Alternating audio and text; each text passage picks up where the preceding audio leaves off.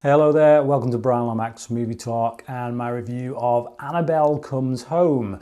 I've not really seen many of these films, to be honest, in this franchise. I know this is part of the whole Conjuring universe. I've seen the first Conjuring film. I gotta say I'm probably going to sound like a mad here, but that's one of the scariest films I've seen. If somebody asked me to make a list of like the top 10 scariest films I've seen, personally that would make my list. I stayed away from the others. I'm not usually that good with spiritual horror. It's too close to the bone for me because I believe in a lot of that stuff. I also think that Hollywood tends to get it wrong. And you look into things, and I don't like the way they do. So, with that in mind, I do tend to stay away from these films. This one, however, I thought, why not? There was not a right lot else on, to be honest. I went in and, it's not great. It's not totally offensive to the senses, I guess. It just feels a bit whatever. We have Annabelle, who is this doll, and she's not so much possessed. The synopsis for this says that she's this possessed doll, but actually the Warrens in the film do make this case that actually the doll isn't possessed. It's more that a demon or something has latched onto it and moves it about, which I guess is possession. I don't know. I don't really get the rationale behind it. Like I say, Mrs. Warren, at some point, she kind of makes a case that it's not necessarily possession, but whatever. That's one of the things I don't like about it, is that I feel like this is a very Hollywood version of demonology and all this, that, and the other. And I know that the Warrens, they're a real life case. I know Mrs. Warren has died recently, just this year, in fact. But I know that they're two real people who had real stories about things they did and saw and witnessed and were a part of.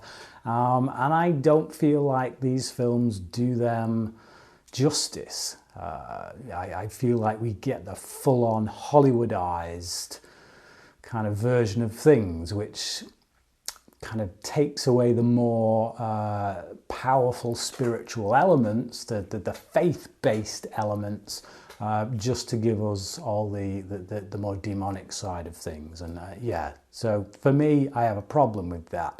That is as much the case here, to be honest. I think that as well, we lose the Warrens pretty early on in this film. So like we have them in the opening of the film, kind of sets the film up, and then they disappear and we're left with these other characters, one of them being their daughter, and I don't really engage with them all that much. Like they shoehorn in this love interest angle for one of the girls that's in there that is kind of a bit wishy-washy, a bit CW. Even the cast in this look a bit CW, to be honest. They're too pretty. It kind of takes away any believability for it, because I just feel like I'm watching the latest hot young things who are making their starring roles or whatever. McKenna Grace is in this. She's pretty good. She plays the daughter. I liked her in a film called Gifted. I think she's a pretty promising young actress, to be honest, one to look out for. She's good here, as she was in Gifted. I didn't quite recognise her at first, had to letterbox. I knew the face, but didn't quite get who it was until I checked her out on Letterboxd, but yeah, she's good here. She's perfectly fine. I feel like the film sets up a lot of other kind of mysterious characters that they can then do spin-off films for. Because I know that we recently had La Llorona, which I believe is part of the Conjuring universe. I know that Annabelle herself was, she was in The Conjuring for a very brief moment at the beginning, and that became like the first spin-off thing. And I feel like with the different kind of creepy folklore or whatever they've created in here, there's at least 3 kind of big demon type characters that I know they could easily do spin-off movies for, and will do, like, you know. So yeah, that feels all a bit kind of MCU as well. They're not that scary. I feel like a lot of the fear factor in this film, it's quite tense, I think, in the latter half when everything starts building, but I feel like the first half of the film relies on setting up jump scares that don't come, which I kind of feel like annoys me even more than just regular jump scares, primarily because they give us the jump scares. So there's a scare kind of thing at the beginning, or it looks like it's going to be. You think it's going to be a jump scare. They set it up and it's like you're yawning because it's like, oh great, here we come, it's so signposted, and it doesn't come. And then that kind of feels like, oh, we might be in good territory here. Maybe that's the filmmaker saying, look, this is what you would normally get, a jump scare. We're not giving you that here. So that was kind of promising to me. But then the film is littered with jump scares after that. So it's kind of like, okay. You kind of told us that you're not gonna be that film, but then you are. So yeah, it's one of those films that I know that if I watch it again a second time around, all the impact will be lost because the majority of the scares that are in it are jump scares. The characters as well are pretty stupid, quite frankly. They do some really stupid ass things. I'm sick of seeing characters who go down dark, creepy ass hallways that don't even try to flick on a light switch. Yeah, does my head in. I'm also sick of the trope in these kind of horror movies where somebody kind of lifts a candlelight up to the screen, and then behind them we see the reflection of a ghost just kind of there.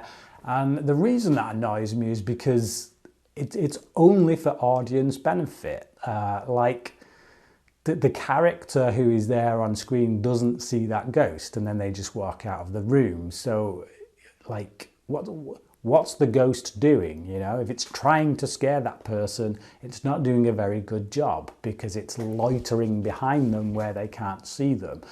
So yeah, you know, it works as a scare on screen for the audience, but it's just that when you think about it logically, if this demon or whatever is trying to really affect this person, they're not doing a good job of it. It's things like that where when you start to analyse it, when you start to look at it, it kind of becomes a bit silly.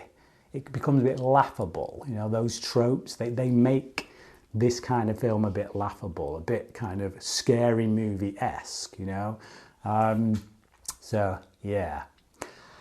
That's it, really. Like I say, there's a fair bit of atmosphere. That's most because the lights are out for most of the time and whatever. I don't really care about much of these characters, to be honest. It feels very rote, feels very seen it all before kind of thing. You know, like I say, The Conjuring, first one, really scared me, so much so that one, I've not gone back to it, and two, I didn't watch the direct sequel. This, not really. Kind of bored me in places. Like I say, I was tense throughout the second half for a lot, but in a way that was kind of like, what's coming, what's coming, what's coming, what's coming. And then you get to the end of the film, it's like, all right, yeah. My expectations kind of got me on edge, but those expectations were never quite met. Again, like I say, if I watch this film again, I know that it will have zero impact because all that anticipation, you don't have that the second time around with a film like this. So yeah, I'm gonna give it a 2.5 out of 5. Like I say, there's nice cinematography, the performances are okay. You know, if you want an easy Friday night out, it will do the job, I suppose. You know, make people jump every now and again, but don't expect many repeat viewings. 2.5 out of 5 from me. But what about you? Have you seen Annabelle Coming Home? If so, what did you think about it? Leave your comments below. Thanks for watching this video, and until next time, cracking.